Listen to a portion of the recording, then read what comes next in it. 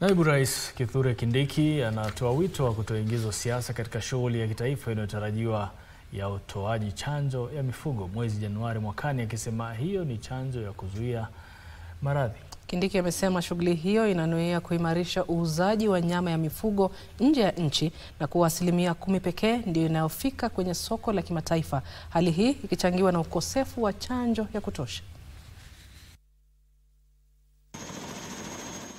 Naibu Rais alikuwa katika kaunti ya Tana River, eneo ambalo linakisiwa kuwa kaunti ya wafugaji. Kindiki alitumia fursa hiyo kuweka mambo bayana kuhusu kampeni inayopangwa ya kutoa chanjo kwa mifugo inayotekelezwa na serikali, huku akitoa wito wa siasa kutoingizwa katika mpango huo.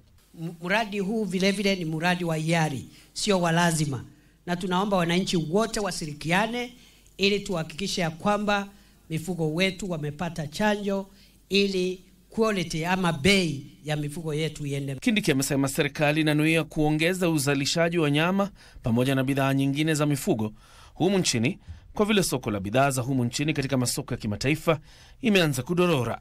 Hivi karibuni tumepata soko kubwa ya mifugo kule Middle East, Mashariki ya Kati, na kule Europa. Tumepata soko kubwa ya mifugo.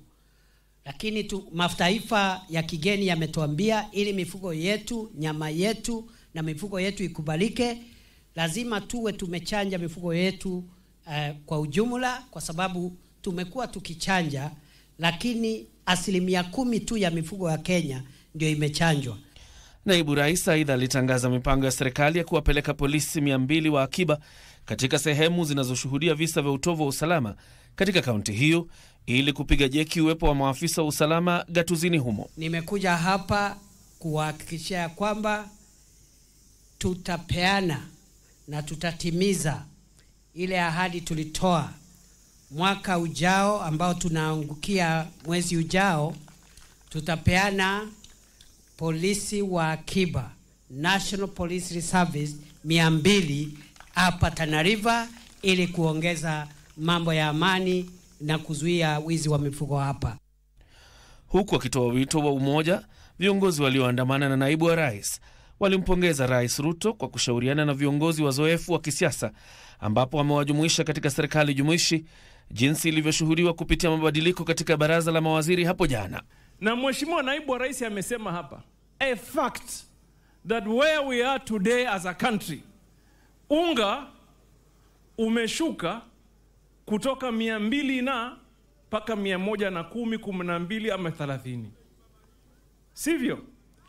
This is as a result ya watu kwamba wamefanya kazi ya ukulima na kuproduce mahindi na vingineo, sivyo? Kama kuna naibu wa rais tuliyekuwa tunamtafuta katika taifa letu la Kenya na tuliyemtaka from day one, alikuwa Profesa Kindiki. Wengi wameanza kupiga nduru na kumkashifu. Kwanza, kwa nini analeta watu ambao walimpinga wakati anataka kura zake za urais?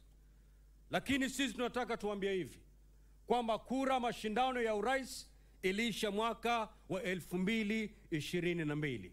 Baada ya mashindano yale, kilichobaki ni kuleta maendeleo na kujenga Kenya. Serikali lazima ifanye kazi na kila Mkenya, na ndiyo serikali sasa ya mseto, broad-based government yenye imeletwa na His Excellency William Ruto na Professor Kindiki Deputy President, inafanyia kila mwananchi kazi. John Jacob Kuria, Darubini.